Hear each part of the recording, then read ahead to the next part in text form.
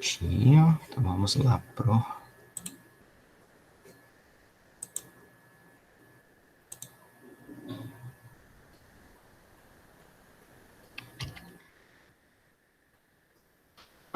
Perfeito. Então, como eu disse para vocês, a anemia falciforme é um tema, a princípio, extenso, complexo, e eu pretendo passar para vocês, nessa reunião, uma forma mais simples de se conhecer a anemia falciforme, uma forma que seja mais fácil para vocês entenderem, para vocês até quando pegarem os livros, forem estudar, ficarem muito mais tranquilos, muito mais acomodados para estudar o tema, porque realmente é um tema complexo, mas ele se baseia numa fisiopatologia relativamente simples, e a partir daí a gente consegue compreender bem a doença.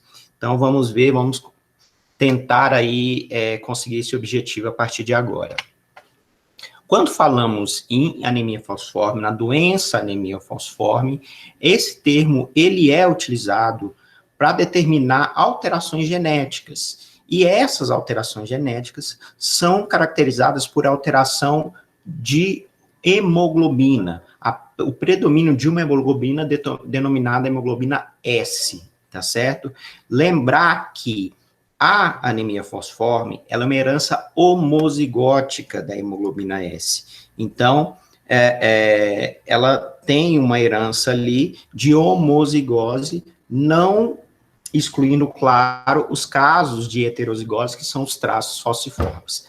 Lembrar que trata-se de uma doença crônica, que não tem cura, mas tem tratamento. E a evolução do tratamento, não só a evolução em termos de medicações, de terapias, né, mas a evolução em termos de saúde populacional, né, que é a disponibilidade do acesso ao médico, a disponibilidade do acesso ao tratamento em si, tem contribuído muito para o aumento da expectativa de vida dessa doença, tá certo? Em termos de origem hereditária, é a condição de maior prevalência no Brasil. Então, nós realmente temos uma quantidade considerável de pacientes com anemia falciforme. Isso vem muito, né, da nossa herança populacional, da nossa herança de raça, cor, que contribui e muito para essa estatística, tá certo? A anemia falciforme tem como eu disse, é uma herança genética, tem um predomínio na população de raça negra, e imagina-se que em torno de 0,1 a 0,3% de toda a população negra do mundo seja afetada pela anemia falciforme.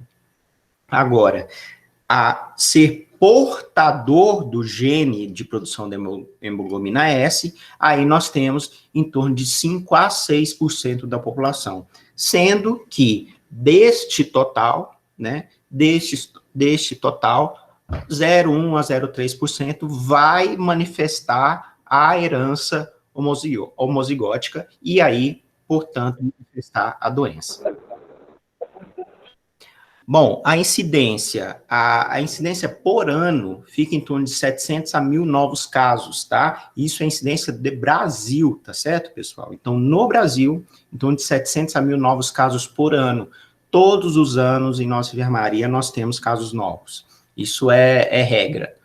A maioria ainda é de pacientes já conhecidos, já crônicos, mas todos os anos temos casos novos na enfermaria. Então, quando falamos da hemoglobina, né, para a gente tentar entender essa questão da hemoglobinopatia, a gente tem que lembrar que a hemoglobina é feita pelo grupo M mais 2 pares de cadeia de globina.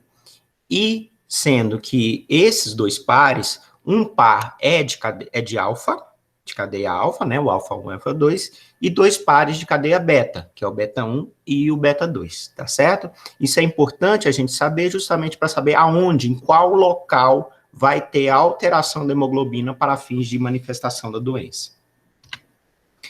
Em termos de esquema genético, nós falamos que é uma herança homozigótica, né? Então, geralmente é decorrente da prole de pais que possuem o chamado traço falciforme, ou seja, tem o gene da hemoglobina A e o gene da hemoglobina S, e fazendo o cruzamento, dessa herança da hemoglobina, 1/4, ou seja, 25% da prole tem chance de ter anemia falciforme, 50% vão portar o traço falciforme, e aí serão os futuros propagadores dessa herança genética, e os outros 25% de pacientes sem a doença, tá certo? Então, é aquela regrinha que se fazia ali muito no segundo grau, no terceiro ano, né? Na aula de genética, né? Cruzar o AS dá A e AS, o S pode dar SS ou AS, então, aquele cruzamentozinho que todos são acostumados a fazer, tá certo? Bom, hemoglobinopatia, quando a gente fala em hemoglobinopatia, ele é um conjunto de doenças, né? Vocês também já sabem disso. Sendo que o maior representante é a anemia falciforme. É importante dizer que essas hemoglobinopatias hoje já são muito bem conhecidas. Elas já são muito bem determinadas. Então, em termos de genética, já há uma evolução muito grande na questão da doença. O que se tem que evoluir constantemente, basicamente, é a relação do tratamento.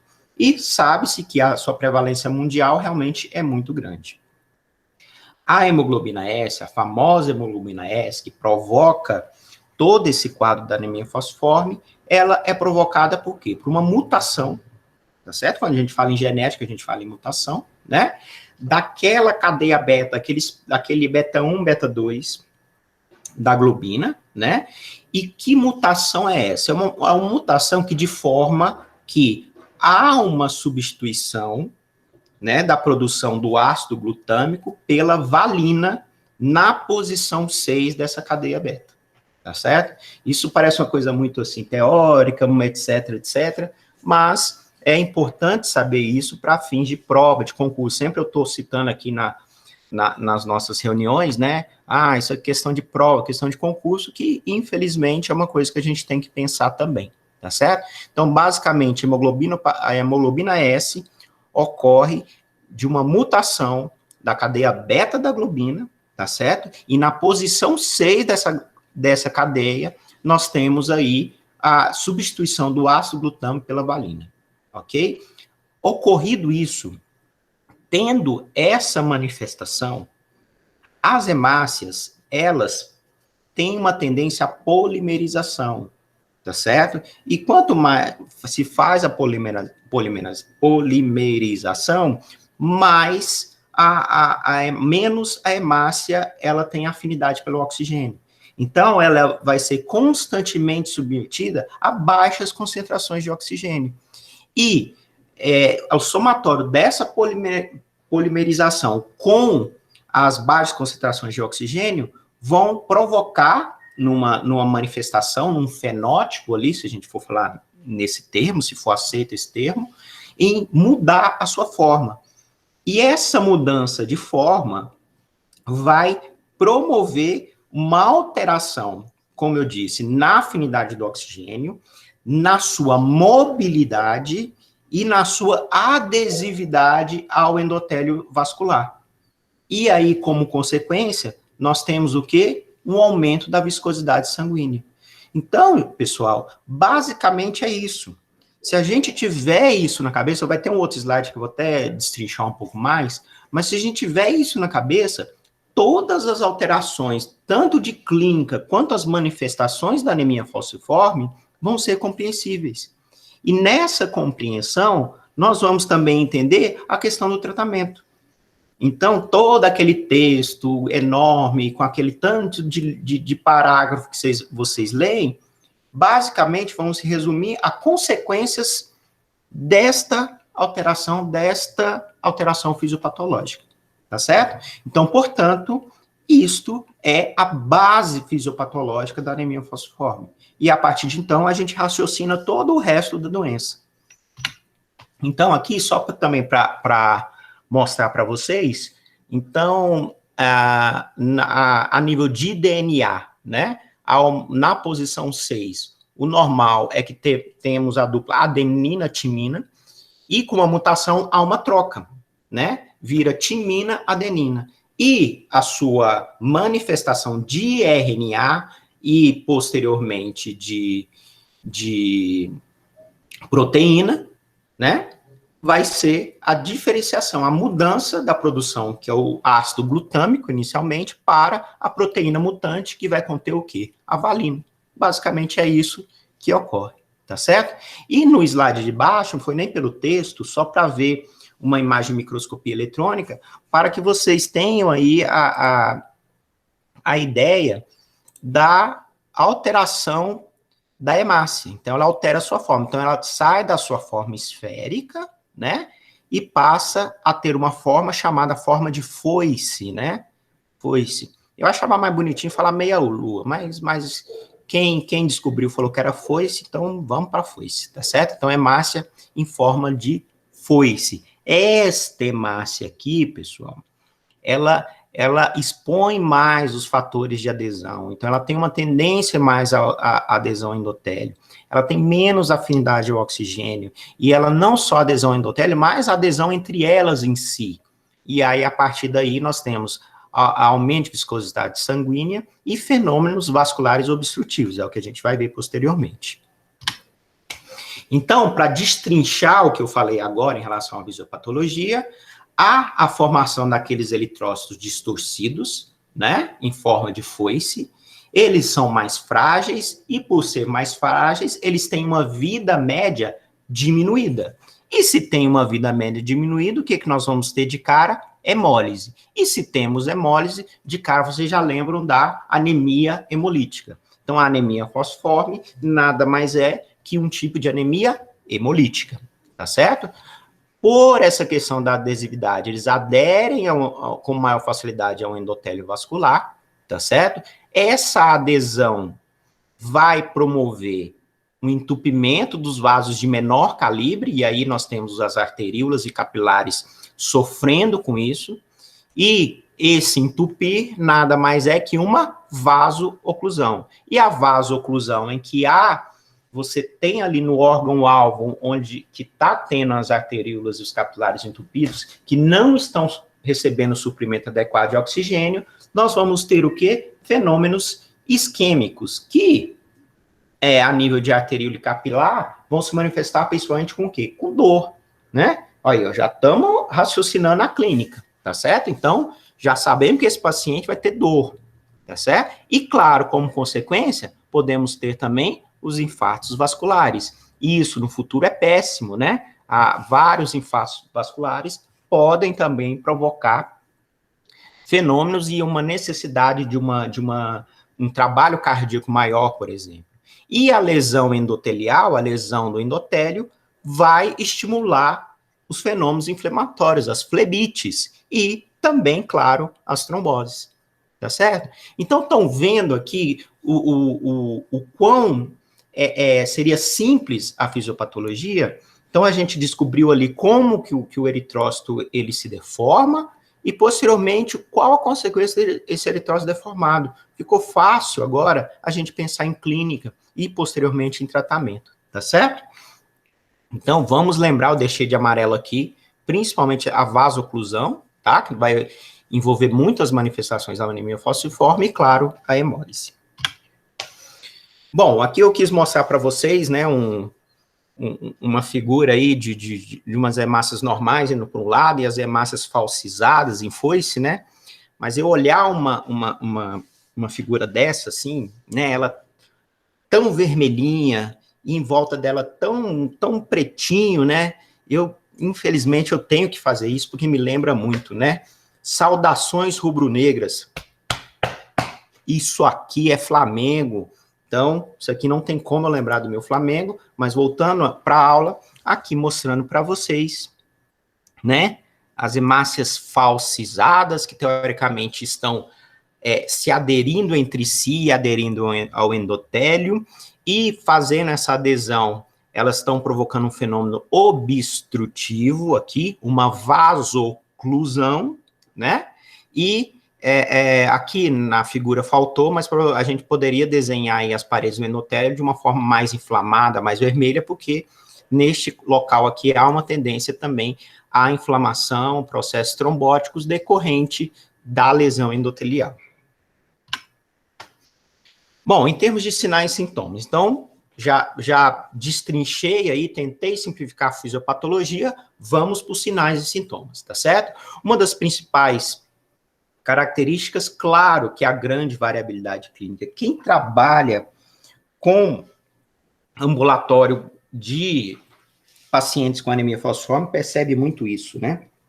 Mas é interessante dizer que sim, há uma grande variabilidade clínica, porém os sintomas, o cerne dos sintomas, ele é muito mais frequente, que é o que a gente vai falar. Primeiro ponto, o neonato, ali chegando até uns 2 meses de vida, geralmente não manifesta nada em relação à doença. E por quê? Porque neste período da vida, a concentração de hemoglobina F é alta. E já está provado que a hemoglobina F é um fator protetor. Ele meio que impediria uma produção excessiva de hemoglobina S. O que acontece, entretanto, é que, com o tempo, há uma queda dessa hemoglobina F. E aí, saindo essa hemoglobina fetal, F, né, de fetal, vamos ter, posteriormente, o aumento expressivo da hemoglobina S e, a partir daí, sim, as manifestações da doença. Tá certo? Como eu disse para vocês, a hemólise, ela é responsável pela anemia, isso com certeza, né? Agora, o que eu tenho a dizer para vocês é que é um processo meio contínuo, né? É um processo que vem desde, vamos chutar ali, depois dos 2 meses de vida, contínuo. Então, trata-se de uma anemia hemolítica, sim, mas crônica. E sendo uma anemia crônica, há uma tendência à adaptação do organismo.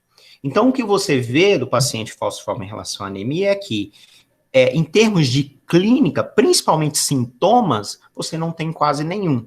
Você teria o sinal, que é principalmente a criança pálida, hipocorada, né? Às vezes ali com as escleras ictéricas, né? Tudo decorrente de uma anemia hemolítica mais crônica. Mas você vê que há uma adaptação. E quando você faz um hemograma desse paciente, com frequência a hemoglobina varia entre 5 e 7, tá certo? O que acontece muito é que, como esses pacientes fazem muitos hemogramas, a gente consegue estabelecer mais ou menos o padrão, entre aspas, normal daquele paciente. E aí a gente deixa também a mãe avisada sobre esse padrão normal, porque no momento em que se faz o hemograma e vê essa alteração de hemoglobina, muitas vezes a própria mãe, a própria família já diz, não, este é o normal dele, tá certo? Então é sempre bom ter essa informação, a família ter essa informação. E a maioria dos sinais e sintomas vão se decorrer dessa hemólise, né? E também dos fenômenos oclusivos. De novo, hemólise mais vaso-oclusão, tá bom? Então, primeiro sinal aí que a gente tem é uma consequência de uma anemia, um paciente que é notadamente hipocorado e cujo hemograma mostra um nível de hemoglobina baixo, entre 5 e 7 gramas por decilitro. Repetindo, né? De novo, falando da anemia, que ela é compensada, mas em geral grave, né? Então, num paciente ígido, 5 a 7 hemoglobina, você já fica estressadíssimo querendo transfundir. Já no paciente falciforme, não. A icterícia e a palidez também é decorrente dessa hemólise. Então, nós temos aí a destruição da hemácia, nós temos a questão do aumento da bilirrubina, né? E a palidez como consequência. É comum termos hepatosplenomegalia, o fígado por um aumento do seu trabalho hepático, principalmente por essa questão, né, da hemólise excessiva, o fígado é estimulado a trabalhar mais, e na esplenomegalia é justamente porque o baço seria ali o reciclador das hemácias, né, o que iria processar essas hemácias que estão morrendo. Então nós temos uma tendência de hiperesplenismo em pacientes com anemia falciforme. O que acontece é que esse hiperesplenismo vai provocar uma série de infartos, microinfartos ao nível do baço. E, posteriormente, como consequência desse infarto, várias zonas de fibrose. Tanto é que na idade adulta, os pacientes que têm baço, geralmente esse baço é atrofiado, sem função. Então, é o que chamamos de autoesplenectomia. Agora, temos pacientes também em que esse hiperesplenismo, ele passa de um limite aceitável, em que observamos, às vezes, momentos na vida da criança em que o baço, ele passa a trabalhar excessivamente, com um aumento agudo de sua dimensão, com uma piora súbita da anemia, é o que chamamos de sequestro esplênico, é o que vamos falar posteriormente, tá certo? Paciente com anemia grave, com processo de hemólise, claro que o coração tem que trabalhar mais, inclusive porque tem muita hemácia cujo o carregamento de oxigênio é insuficiente, então o coração tem que trabalhar mais, isso como consequência é a cardiomegalia, e claro, esse turbilhão aí que se processa durante como se diz, o fluxo sanguíneo, né, durante o fluxo sanguíneo, vai estimular também a produção de sopros sistólicos, tá certo?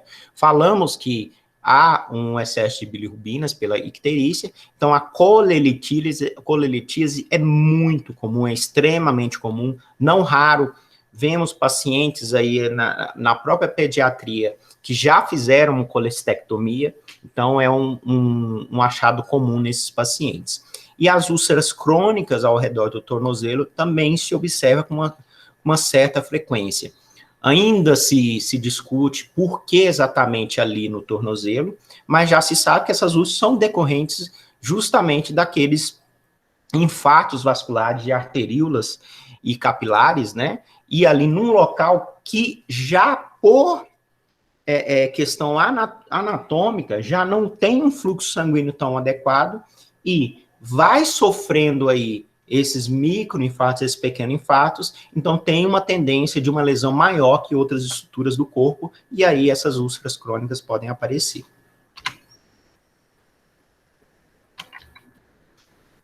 Bom, então em termos de investigação, né, hoje nós temos muita segurança em dizer que o diagnóstico ele tornou-se mais eficiente e mais precoce à medida que o Programa Nacional de Triagem Neonatal incluiu no teste do pezinho a pesquisa da doença falciforme. Então, quando isso foi possível fazer, isso tornou o diagnóstico muito mais precoce, então a eficácia terapêutica muito melhor, e aí, por isso, nós temos um aumento de sobrevida, tá bom? Então, isso ocorreu a partir do momento em que se ficou disponível a técnica de PCR, no teste do pezinho, tá certo? Antes nós não tínhamos a reação de cadeia de polimerase, e por isso não era possível você identificar uma alteração genética como a anemia falciforme. Hoje nós temos, e aí, a partir de então, nós temos aí diagnósticos bem mais precoces, tá certo? Em termos de diagnóstico pré-natal, também podemos fazer uma análise de DNA intraútero, pode ser pelo vírus coriônico, pode ser pelo líquido amniótico e, mais comumente, pelo sangue do cordão umbilical. Nesses casos, tá? Esses casos são casos bem mais invasivos, né? E de maior risco e são, a princípio, evitados, principalmente depois da disponibilidade do teste do pezinho. Agora, tem casos que estamos tendo aí retardo de crescimento intrauterino muito severo, que um exame desse tipo de análise DNA acaba entrando no rol de exames complementares para se descobrir a causa do retardo de crescimento intrauterino. Especificamente para a procura de anemia falciforme, hoje se espera o teste do pezinho, tá certo? E lembrar, pessoal, que não só por uma questão do diagnóstico da criança, mas é importante também para o quê? Para o aconselhamento genético. Porque no momento que você tem um paciente, um filho SS, né, no mínimo, os dois são AS. Os dois têm traço falciforme. E aí a família tem que ser orientada que há a possibilidade de filhos futuros também terem a doença. Já o diagnóstico pós-natal, imagino que todos conheçam, né? É a famosa eletroforese de hemoglobina. A eletroforese de hemoglobina, ela faz justamente a distinção entre a hemoglobina F, a S, a A e a C. Então, joga para vocês no resultado de exame a porcentagem de cada um deles, para que você determine se esse paciente é AF, AS, AA, SC, etc, etc. Então, a partir da porcentagem das hemoglobinas no exame de eletroforese de hemoglobina. É o principal exame diagnóstico pós-natal, é um exame relativamente fácil de se fazer, não é muito dispendioso. A princípio, todas as secretarias de saúde estaduais têm à disposição em algum local da unidade de secretaria de saúde o exame. Então, exames como esfregaço periférico e teste de solubilidade, que sim, dão diagnóstico, mas são menos eficazes que a eletroforese de hemoglobina, acabam sendo deixados de lado e a eletroforese de hemoglobina acaba sendo o exame maior, aí, o principal utilizado no diagnóstico pós-natal. Quando falamos em tratamento, nós temos que lembrar, sim, das medidas gerais, que é para todos os pacientes, tá certo? E, posteriormente, nós temos que concentrar o tratamento nas manifestações da doença. Então, eu vou começar agora com vocês aqui, falar um pouquinho sobre as medidas gerais de tratamento, e na segunda parte da aula, eu vou falar sobre as principais manifestações da anemia falciforme. E, a partir de então, nós vamos aprender como tratar essas principais manifestações. Aí sim entra a questão da variabilidade clínica.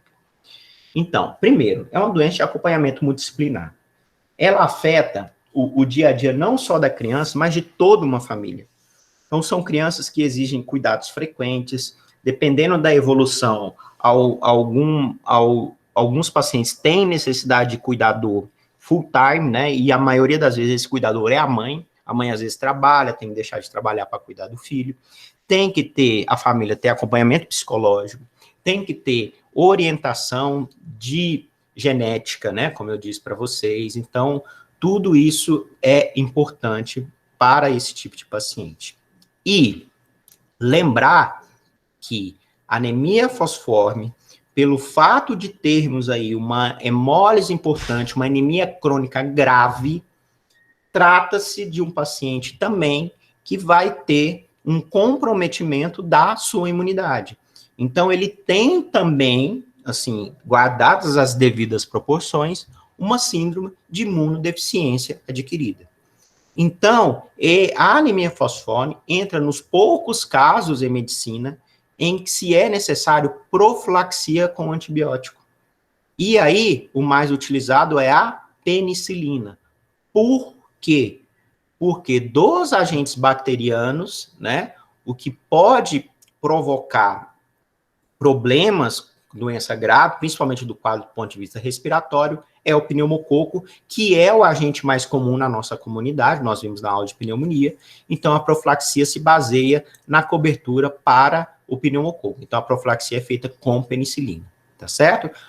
Com o advento do teste do pezinho, nós tivemos a oportunidade de fazer esse diagnóstico aí no teste do pezinho, e, a partir de então, a penicilina teria sua indicação de início a partir do momento em que a hemoglobina F vai diminuir drasticamente seus níveis. E aí, a partir de então, a hemoglobina S vai perdurar, que é a partir dos 2 meses, a gente colocou lá no slide 8 a 10 semanas, mas a partir dos 2 meses já está indicado sim, tá certo? Recomenda-se, inclusive, nesses casos, iniciar até os 4 meses de idade, que você teria uma proteção maior. Mas isso é mais ainda é uma proposição, não é uma certeza. Na verdade, no momento que a gente faz o diagnóstico, independente da idade, a gente tem sim essa ideia da profilaxia com a penicilina.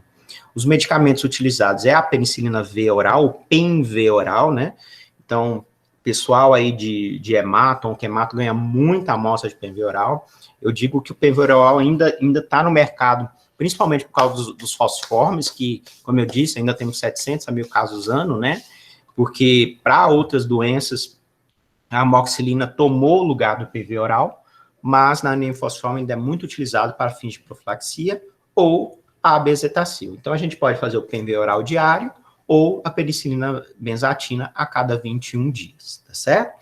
Para os alérgicos, tá aí a eritromicina na dose de 20 miligramas por quilo, de 12 em 12 horas, pode ser feito também, que aí é o macrolítico. Vacinas, né? Então, a anemia falciforme está no rol de doenças que estão incluídas nas indicações de vacinas especiais. Então, é um paciente de risco para infecção. Então, se o paciente é um paciente de risco para infecção, ele tem indicação das vacinas especiais, notadamente as vacinas para o pneumococo, vacinas para meningite e as vacinas do vírus influenza. O que acontece muito é que cada ano, né, com o calendário vacinal, vacinas que antes eram especiais acabam entrando no calendário vacinal, né? Então, todo ano pode ser que a gente mude um pouquinho aqui em relação a isso.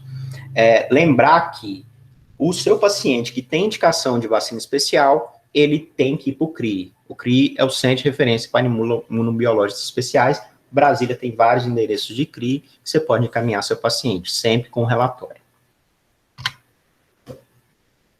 Interessante falarmos, assim, em termos de medida geral de tratamento, de uma medicação também, né? E aí, a medicação que se fala em anemia falciforme é a hidroxiureia. Então, a hidroxiureia, ela é uma medicação para neoplasia hematológica. A princípio, ela tem sua indicação máxima para neoplasia hematológica, tá certo? Então, para as doenças falciformes, a hidroxiureia, ela entra como uma terapia alternativa. Qual é a principal vantagem da hidroxiureia quando falamos de anemia falciforme? É justamente a indução do aumento da hemoglobina F. Então, se a gente tem um aumento da hemoglobina F, nós, consequentemente, teremos uma diminuição dos efeitos da hemoglobina S. E aí é que tá, né, pessoal? Então, seria o must do tratamento. Eu poder manter esse paciente com muita hemoglobina F, né? Principalmente para que os efeitos da hemoglobina S diminuam a ponto de tornar esse paciente assintomático. Isso seria o ideal, e se a hidroxiureia resolvesse isso por completo, estaria feito o tratamento, a gente teria aí uma alternativa muito boa de tratamento. O que acontece é que a hidroxiureia, ela não é uma droga inócua. Se você usar ela em altas doses ou tratamentos prolongados ali, a gente fala ali muitas vezes acima de 6 meses, principalmente, pode ocorrer problemas a nível celular e a nível de gene. Então, elas podem ser citotóxicas e podem ser genotóxicas. E aí, a hidroxiureia está relacionada, né, com o desenvolvimento de leucemia aguda. Então, por isso que a gente não poderia usar ela ad eterno, assim como usamos, por exemplo, uma insulina para diabetes, tá certo? Portanto, este paciente com anemia falciforme tem a indicação da hidroxiureia, principalmente nos casos refratários ao tratamento habitual das manifestações que eu vou mostrar para vocês. Por quê? Primeiro, porque é uma medicação cara, e segundo, porque eu não posso usar essa medicação por longo período e é necessário um acompanhamento médico muito frequente para ficar de olho. Principalmente com o quê? Com o monitoramento dos linfócitos. Quando a gente começa a perceber que há um distúrbio aí na questão do número de linfócitos, é a hora que é o risco maior da leucemia aguda, e aí, portanto, essa droga tem que ser descontinuada, tá certo? Bom, nessa segunda parte agora, a gente sabendo a fisiopatologia, né, da anemia falciforme, a gente sabendo ali mais ou menos como é a clínica habitual do paciente que chega para vocês, principalmente a nível ambulatorial, com aquela clínica inicial no ambulatório, e das mídias gerais, né, falando de uma medicação como a hidroxiureia, falando da profilaxia com a penicilina e falando também da questão da vacinação, nós vamos falar para vocês das manifestações da anemia falciforme. Essas manifestações são as que vão levar o paciente ao pronto-socorro, que vão levar o paciente à internação em enfermaria, e se numa primeira vez, vão levar o paciente, se não tiver o diagnóstico do teste pezinho, ao diagnóstico e, posteriormente, ao acompanhamento ambulatorial. Então, o primeiro e mais comum é a crise álgica, né? Então, podemos chamá-la de crise álgica, podemos chamá-la de crise dolorosa e podemos chamá-la também de crise vasoclusiva. A crise vasoclusiva, eu falo que não é um termo, assim, seria tão correto, não a ponto da questão da fisiopatologia, porque a crise dolorosa, a crise álgica, é por vasoclusão. É porque tem outras manifestações que são provocadas por vasoclusão. Então, existem outras crises vasoclusivas na anemia falciforme. Mas, por convenção e por ser o mais comum, a crise álgica também é chamada de crise vasoclusiva. Então, nós temos aí o surgimento de uma dor aguda, de intensidade variável, não raro de alta intensidade, e que vai afetar vários segmentos do corpo. Isso vai depender do quê? Daquelas obstruções provocadas pelas hemácias em foice, tá certo? Trata-se do primeiro sintoma da doença, na maioria dos pacientes, mais de 25% dos pacientes. E antes do teste do pezinho, né, das doenças falciformes no teste do pezinho, basicamente era a primeira manifestação para se dar o diagnóstico. Hoje, ainda bem, temos muitos pacientes já com diagnóstico e tendo a primeira manifestação já com o diagnóstico, tá certo? Esse sintoma, ele torna-se mais frequente após os 2 primeiros anos de vida, então depois da fase de lactentes, tá certo? E essas crianças, quando menores de 5 anos, se observa muito, né, sinais de dor e edema lá nos dedos das mãos, dos pés, né, a síndrome mão-pé, decorrente de um processo chamado de dactilite, que nada mais é que uma crise de vasoclusão ao nível ali dos vasos de pequenos ossos de mãos e pés, então chamamos de síndrome mão-pé. Essa é uma manifestação da anemia falciforme nas crianças abaixo de 5 anos. Posteriormente, a crise dolorosa, ela torna-se mais típica, então começa, inclusive, manifestar em locais em que os vasos são mais calibrosos. A partir dos 15 anos, as crises dolorosas, elas aumentam muito, e aí chama a atenção que o sexo masculino é mais afetado. Quem está em enfermaria e vê os pacientes internados com anemia falciforme, observa realmente isso, uma grande internação de pacientes nessa faixa etária, com crise dolorosa, sendo a maioria homem, e chama muita atenção as dores em membros inferiores, pernas e costas, tá certo? Então, chega pacientes com dores nas costas, assim, lancinantes, que realmente chama muita atenção. Então, nessa faixa etária, aí, depois dos 15 anos até os 25 anos, é a época que eu falo que é a época que dói mais, é a época que há um aumento expressivo das crises dolorosas, tá certo? Sendo que após os 30 anos, observa-se assim, uma diminuição gradual dessas crises, e aí passa a prevalecer as outras manifestações da anemia falciforme. Como eu disse, né, a dor é característica, consequência de uma crise vasoclusiva, né, e a maioria pode ser tratada no domicílio, tá certo? Inclusive, as mães são muito orientadas a observar e tratar logo no momento em que a criança reclama a primeira vez da dor.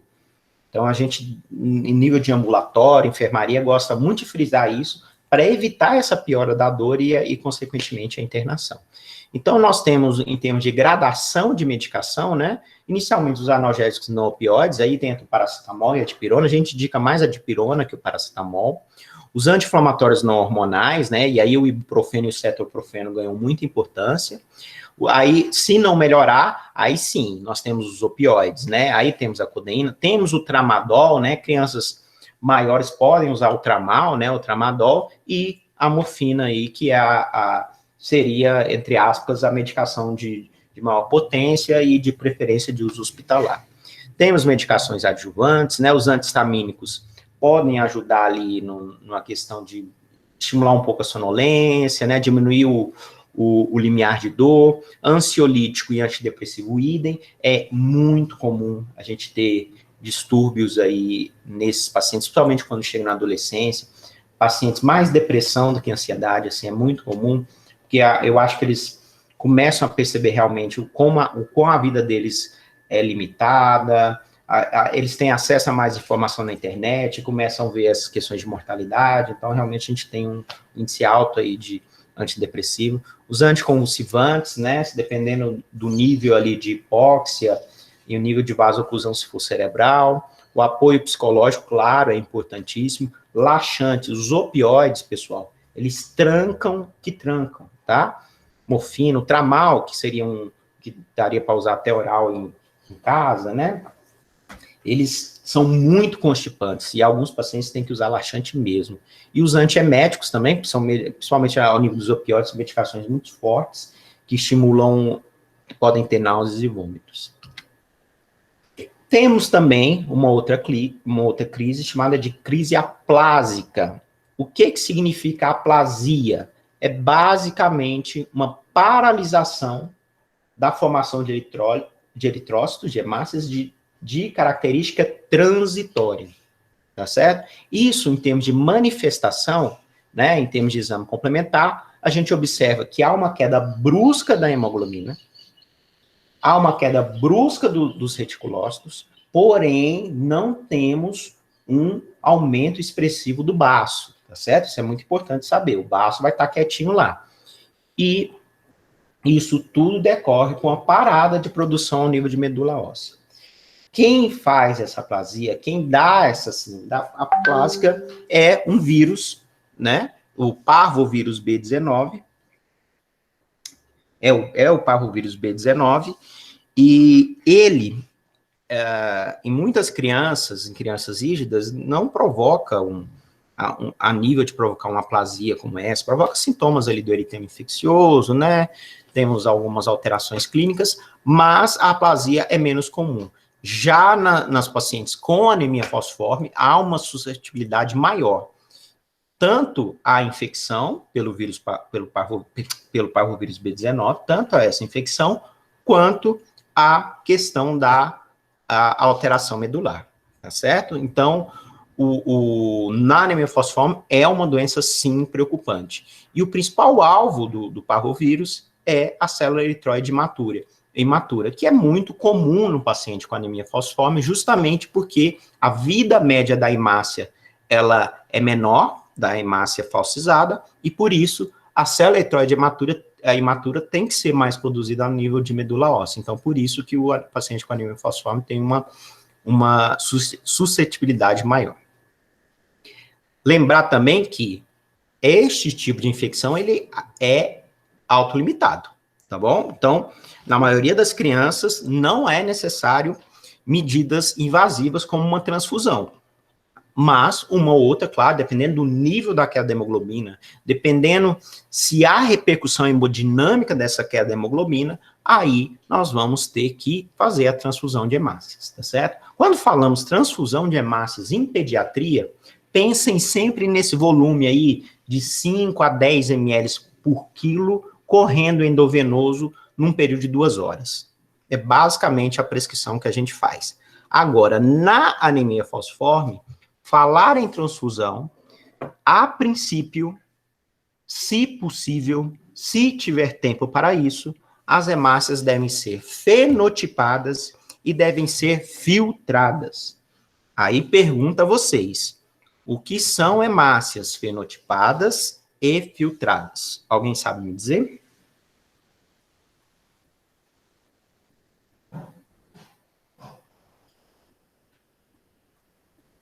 Bom, pessoal, então, hemácias fenotipadas. Então, elas são hemácias que foram ali estudadas não só para o grupo ABO e RH, mas sim para os outros grupos, tá certo? Então, a gente não está determinando somente hemácias se ele é A positivo, O negativo, AB negativo, mas sim outros grupos.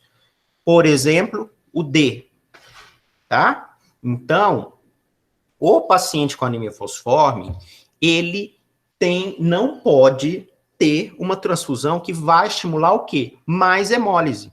É um paciente que já tem uma tendência à hemólise, já tem uma suscetibilidade para hemólise, e se você fizer uma transfusão que vai estimular mais hemólise, pelo contrário, você vai prejudicar e contribuir para a morte do paciente. Então, o ideal, sempre que possível, é que essas hemácias sejam de um fenótipo compatível com o paciente que você está transfundindo. Isso nós chamamos de hemácias fenotipadas, tá certo? E o que são hemácias filtradas? É basicamente eu filtrar esse sangue para retirar o quê? Os leucócitos, tá bom? E ficarmos, de preferência, somente com ali a série vermelha e plaquetas. Tá certo? Porque quando você vai fazer transfusão de hemácias, não tem como você ter só hemácias, entendeu? Tem uma questão de você filtrar para deixar o mais puro, o sangue, as hemácias mais puras possíveis.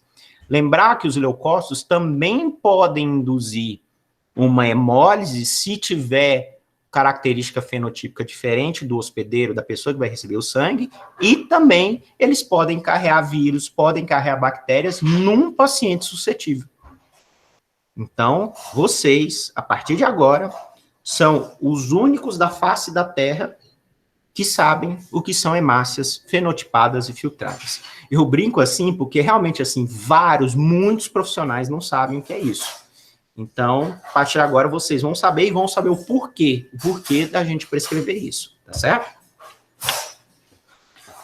Bom, a outra crise é a crise de sequestro esplênico. Ela é uma emergência médica, tá? Geralmente é uma crise de pronto-socorro, eu falo que é uma crise de pronto-socorro. Então, o que a gente observa é uma queda brusca da hemoglobina, no mínimo de 2 gramas por decilitro em relação ao nível basal, mas mais evidências de resposta medular compensatória. Então, a gente tem uma reticulocitose, a gente tem uma eritroblastose e um rápido aumento do baço. Então, vocês viram a diferença da crise aplásica. A crise aplásica tem a queda brusca, mas a gente não tem reticulocitose e não tem aumento do baço. Já no sequestro esplênico, sim, tá certo? Então, a mãe, o pai, o parente do paciente, o cuidador, tem que saber o nível basal de hemoglobina do paciente e deve saber palpar o baço do paciente. Nós temos que ensinar os pais a palpar o baço do paciente. É um baço geralmente um pouco maior e na enorme maioria das vezes palpável. Lembra que eu falei do hiperesplenismo, da hepatoesplenomegalia? Então, sempre mostrar para a mãe, ó, mãe, o baço está aqui, vamos medir, pega lá, é 1 centímetro, é 2 centímetros, ou é 1 dedo, 2 dedos, tá certo? Por quê? Se a mãe vê o menino tá ficando pálido na frente dela, assim, piorando a palidez, a hora que ela palpa o baço está lá embaixo, perto da fossa ilíaca, pronto, é sequestro esplênico, tem que correr para o hospital, porque esse paciente tem risco de morte, tá certo? Esse paciente tem um mal-estar súbito, tem uma dor abdominal importante, decorrente ali do hiperesplenismo, do crescimento do baço, palidez e sudorese, já está começando a ter manifestações de choque, né? E hipoatividade. No exame físico, o paciente chega branco igual uma folha de papel, chega taquicárdico e taquipneico, né? Já está tendo repercussão hemodinâmica, e ainda bem que chega assim, porque se chegar bradicárdico é porque já está nos finalmente. A esplenomegalia, ela é maciça, o baço fica duro, e ele fica grande. Esse 4 a 10 centímetros aí depende do tamanho da criança, tamanho do abdômen da criança. Mas o que se observa é que ele cresce mesmo, e ele cresce rápido, tá certo? E o choque hipovolêmico vai se instalando. Se der tempo de fazer geralmente o hemograma, ele chega depois que você começou a tratar, né? Porque você não vai esperar um hemograma para tratar esse paciente. Mas mostra lá uma piora da anemia, há uma plaquetopenia, aí vamos ter plaquetopenia, o paciente está em choque, o baço está pegando tudo que tem direito ali das células sanguíneas, e a medula tentando trabalhar, fazendo a reticulocitose. A mortalidade é alta, isso se decorre mais da dificuldade de acesso ao serviço de saúde, né? Às vezes o paciente entra em choque, em crise de sequestro esplênico, e tem dificuldade, não mora em algum local aí que não tem um acesso à saúde. Vamos lembrar dos índios da Amazônia, vamos lembrar daqueles moradores da Amazônia, ribeirinhos que moram em ilha e tem que pegar um barco para ir no médico. Esses pacientes realmente têm um risco grande de morte, tá? Trata-se de uma emergência transfusional.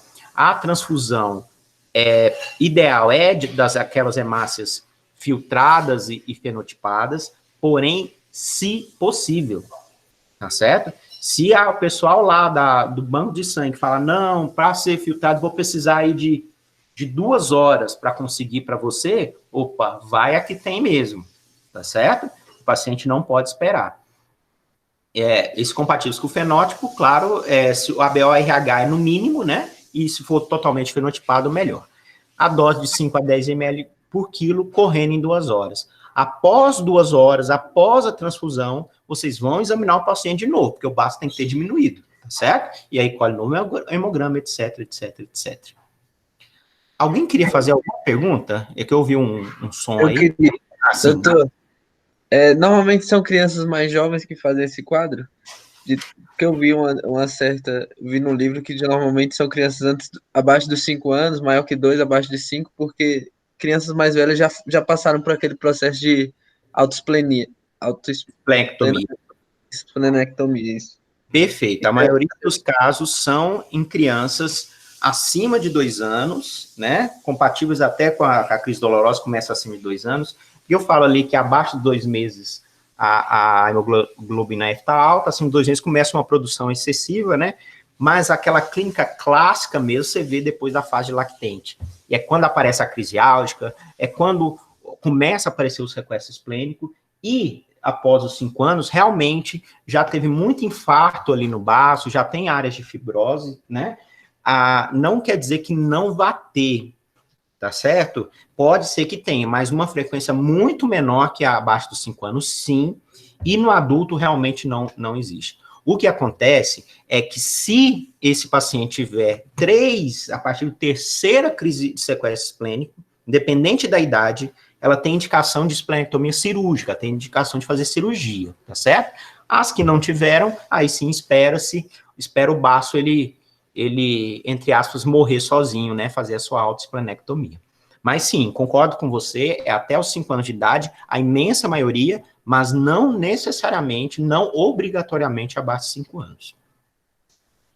Já tivemos pacientes acima de 5 anos aí, com certeza, tá? Obrigado, doutor. Já a síndrome torácica aguda, apesar de, assim, é uma doença grave, assim como o sequestro esplênico, só que o sequestro esplênico não dá a impressão de uma coisa mais rápida, que mata mais rápido. Na verdade, em termos de estatística, a maior causa de morte é na síndrome torácica aguda. O que acontece é porque, ainda bem, a maioria da população brasileira não mora do outro lado da ilha, ou não mora em área indígena, então acaba tendo um acesso relativamente rápido a um serviço de saúde, tá certo? E aí você vai dizer, não, mas ele foi numa UPA, não tem sangue lá, né, para fazer lá o sangue de sequestro esplênico. Meu amigo, taca soro, tá? Sabe aquelas fases rápidas do choque, né? Soro fisiológico puro, fazendo 20 ml por quilo, correndo em 20 minutos, vai fazendo até chegar um sangue ou até ele for transferido, tá certo? Que aí vai segurando a onda até conseguir o sangue, tá certo? Já na síndrome torácica aguda, aí vai depender da evolução da doença, tá certo? Então, é um início súbito de febre, de dor torácica e infiltrado pulmonar. Então, chama muita atenção, falar assim, nossa, mas síndrome torácica aguda, mas eu chamo o quê? De síndrome torácica aguda, eu chamo de pneumonia, porque tem o infiltrado pulmonar, tem a febre, tem a dor torácica. No final das contas, nós vamos acabar tratando, né? O tratamento, entre aspas, é um pouco semelhante, mas lembrem da síndrome torácica aguda de uma coisa assim, de um início muito súbito, a piora é muito rápida e a morte também muito rápida. Então, muitas vezes você fala, putz, era uma pneumonia, mas morreu rápido demais. Não, deve ter, ele teve, na verdade, uma síndrome torácica aguda. E pode acontecer também daquele paciente que estava tratando de pneumonia, tudo indicando que ele ia ficar bem, de repente ele tem uma piora súbita. E aí ele desenvolve a síndrome torácica aguda, tá certo? O problema da síndrome torácica aguda é que há o acometimento pulmonar rápido e súbito. Então, há uma tendência à perda de trocas gasosas, à perda do quê? À presença do quê? Da hipoxemia. Então, essa hipoxemia, ela também se desenvolve rapidamente. Então, o paciente rapidamente fica dispneico. E aí chama Hoje todo mundo com medo da Covid, do SARS-CoV-2, né? Que o povo, ficou dispneia. Pronto, e agora é UTI, não sei o quê, etc, etc. Se for idoso, nossa, é o caos, né? No H1N1 tinha a mesma história. O H1, só que criança tinha mais envolvimento no H1N1 do que o próprio Covid, né? Então esse menino lá tinha uma síndrome febril, gripal, não sei, de repente ficava dispneia, a gente, putz, e agora, né? Pronto, e aí pediatra, nós temos que conseguir UTI, aquela coisa, a gente ficava monitorando o paciente lá, como é que tá o paciente, se melhorou, se não melhorou, porque realmente a evolução ela é muito súbita.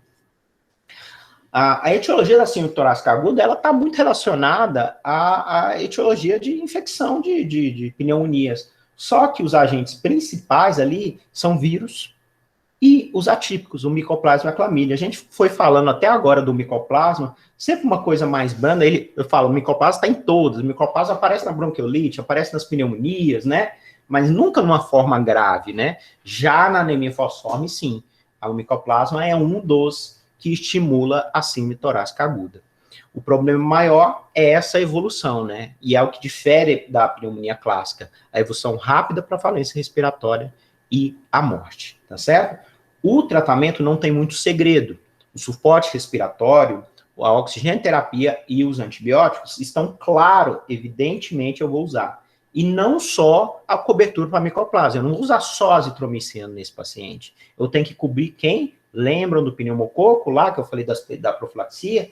Então, é um paciente que, geralmente, quando está internado, imagino que a Lara e que a Naira já deve ter visto aí nos plantões aí que elas deram, os vários plantões aí já, né, acabando o ano, algum paciente internado no HRN, a nossa enfermaria de hemato, reumato, nefro e neuro, internado com ceftriaxona e azitromicina.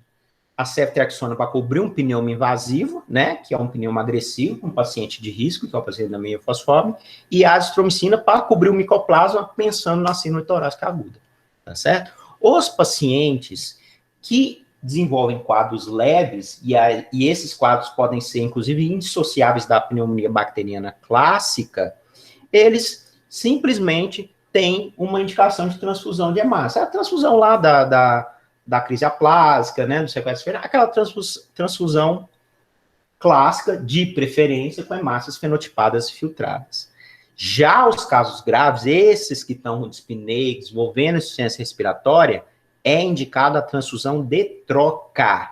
E aí, quando se faz a transfusão de troca, lembrar que não concentrar tanto, né, o hematócrito, o ideal é que fique abaixo de 30%. E transfusão de troca, vocês sabem, né? Alguém pode me dizer o que é transfusão de troca?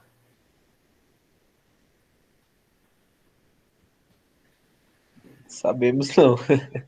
Mas assim, pelo termo, né? O que você imaginaria que seria? Pelo nome, transfusão de troca. Eu estou trocando, né? Alguma coisa, né? Vocês já ouviram falar da exsanguíneo transfusão, que é feita na neonatologia, no berçário? Sim, sim. Né? Sim. Então, você pegaria aquele sangue cheio de bilirrubina, né? Entupido, e botava um sangue limpinho, né? Vamos usar um coloquial aqui, né? Não era isso? E aí, com isso, eu diminuiria a bilirrubina do paciente e diminuiria a chance do kernícteros. Aqui, basicamente, é a mesma coisa. É você tirar aquele sangue cheio de hemácia falsizada e botar um sangue lá com as hemácias bonitinhas, né?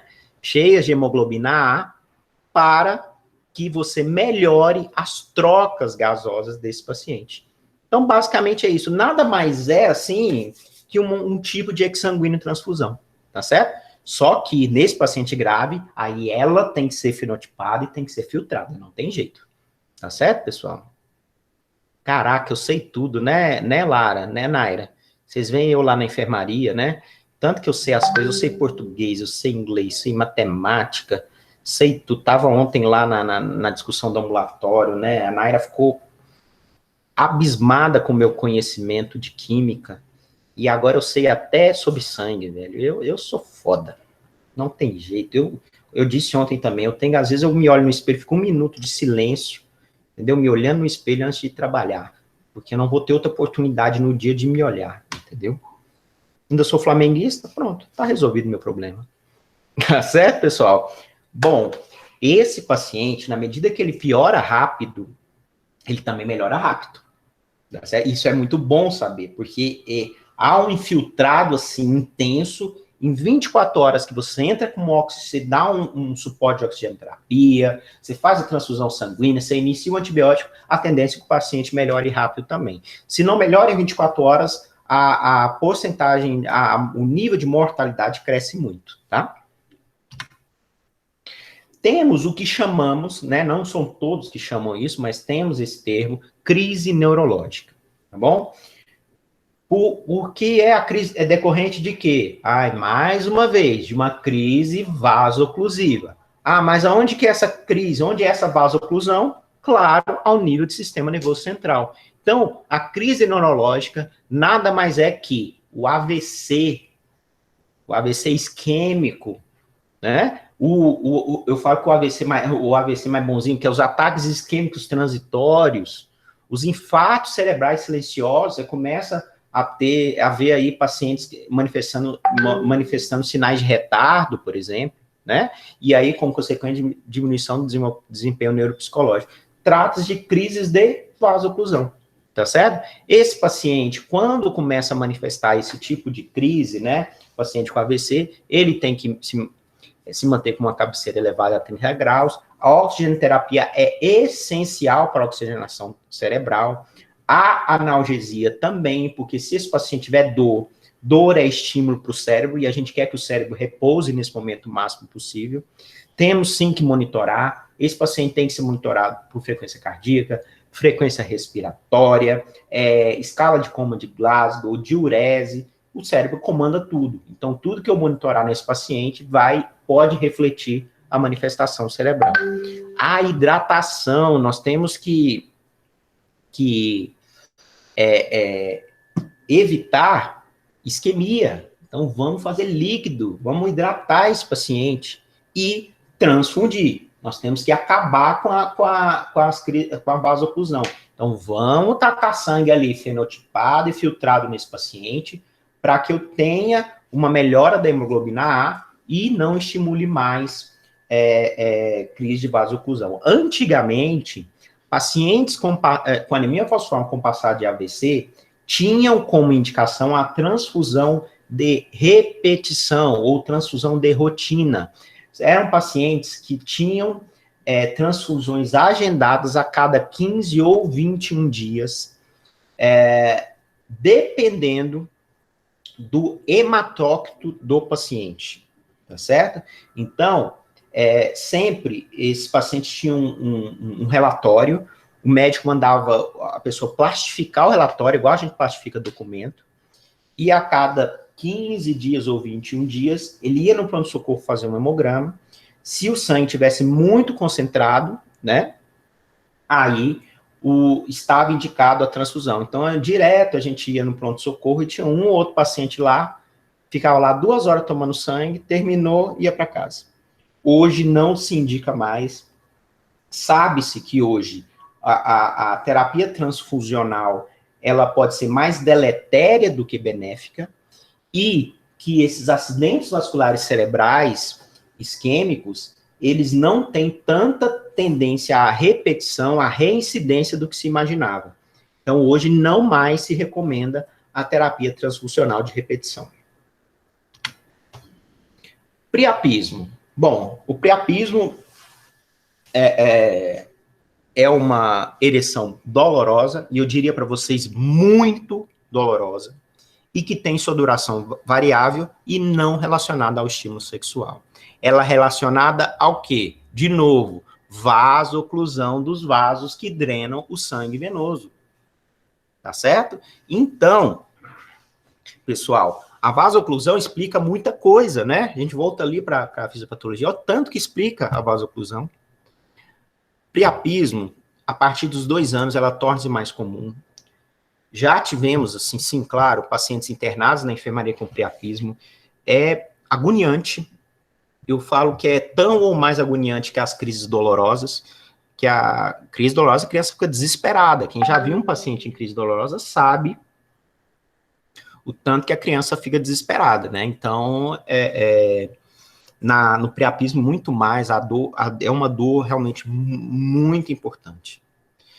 A maioria dos casos de priapismo, eles são autolimitados e duram menos de 1 hora, são chamados de priapismo intermitente.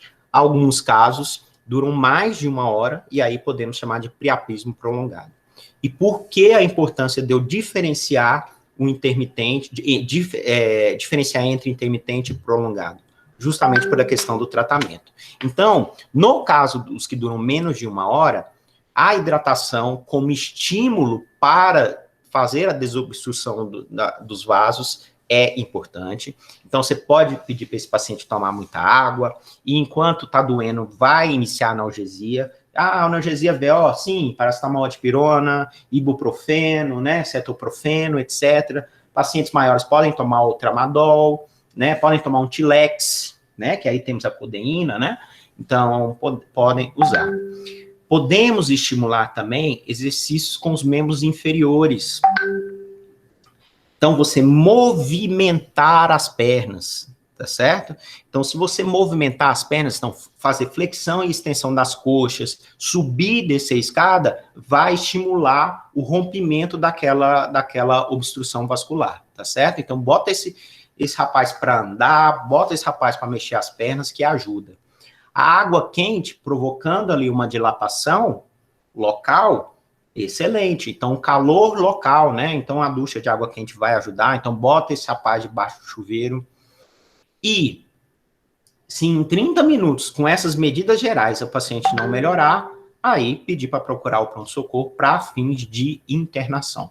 Alguns casos, podemos usar o vasoconstritor, né? Que é a pseudoefedrina, tanto no hospital quanto no domicílio. Lembrar que o vasoconstritor também tem efeitos adrenérgicos, então a gente tem que pensar muito bem se realmente vai usar para esse paciente. Já no prolongado, a hidratação ela tem que ser venosa e geralmente vigorosa, então a gente vai fazer fase rápida nesse paciente. A analgesia injetável, não raro, esse paciente vai usar a morfina, tá certo? Para fins de melhora. E, em alguns casos, nós temos a indicação de aspiração de sangue lá do corpo cavernoso e a irrigação local com uma solução de vasoconstritor, que é a epinefrina, diluída em solução salina. Este é uma medida salvadora, é feita em último caso, a gente aciona o pessoal da urologia nesses casos, é aquele paciente que realmente não melhorou de forma alguma com todas as medidas que fizemos, tá certo? A transfusão de troca pode ser necessária nesses pacientes com priapismo prolongado, de novo, aquela mesma transfusão que eu falei. Agora, quando falamos em transfusão de troca em paciente com priapismo, nós não podemos esquecer de uma complicação possível, chamada síndrome de Aspen. A síndrome de Aspen nada mais é que uma paciente com anemia falciforme em priapismo, que foi transfundido e posteriormente desenvolveu sintomas neurológicos. Então, essa é uma síndrome, ou seja, são manifestações neurológicas associadas ao tratamento do priapismo com transfusão, tá certo?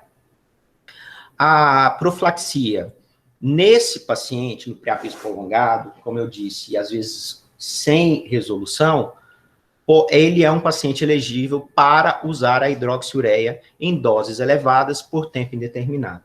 Qual é o problema dessa indicação? Já falei para vocês ali, a leucemia aguda, né? Ele pode ser citotóxico, ele pode ser genotóxico. Agora, e se você decidir por esse tipo de tratamento, você tem que proporcionar a esse paciente um acompanhamento médico rigoroso e um acompanhamento a nível de linfócitos também muito rigoroso.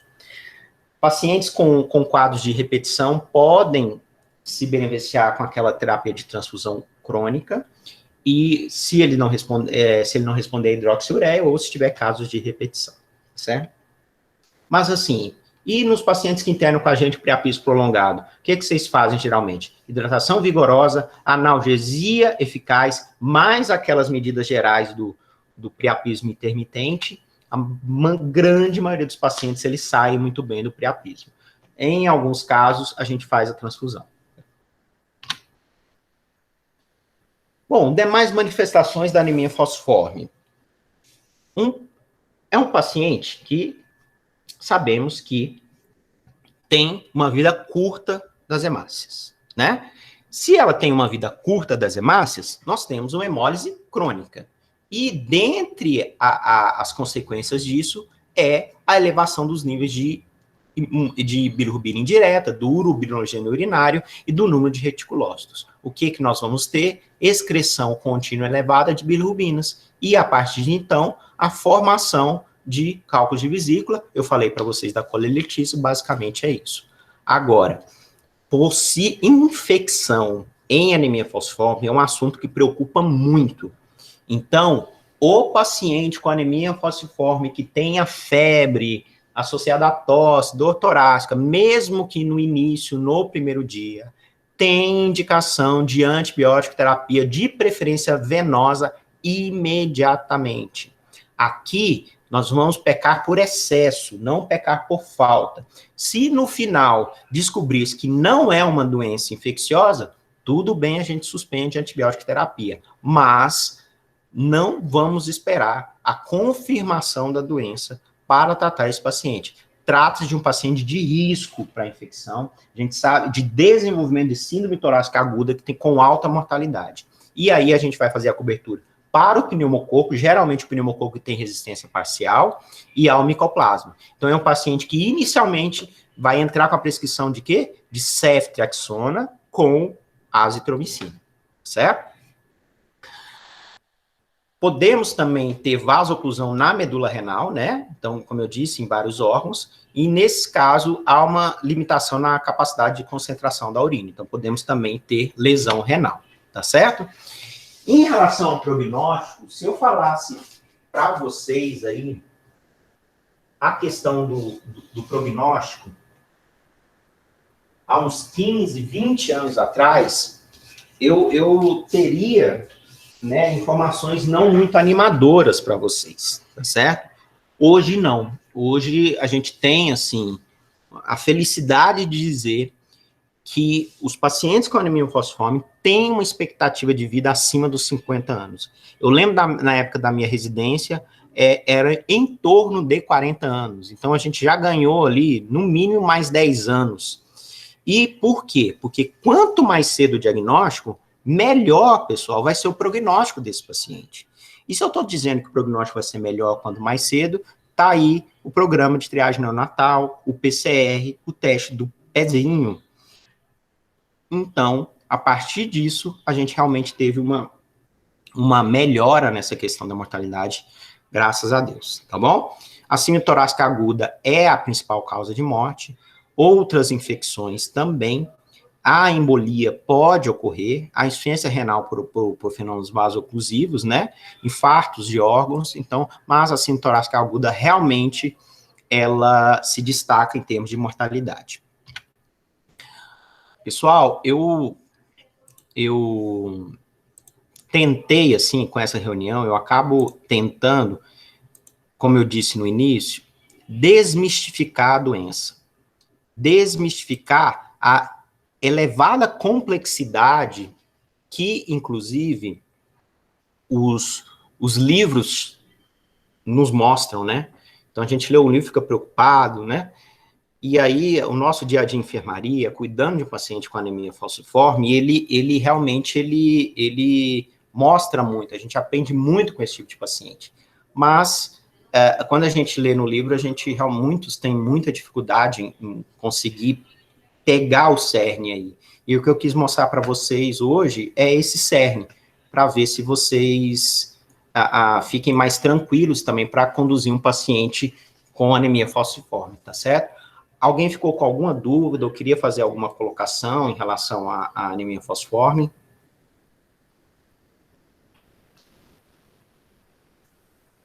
Doutor, Sim.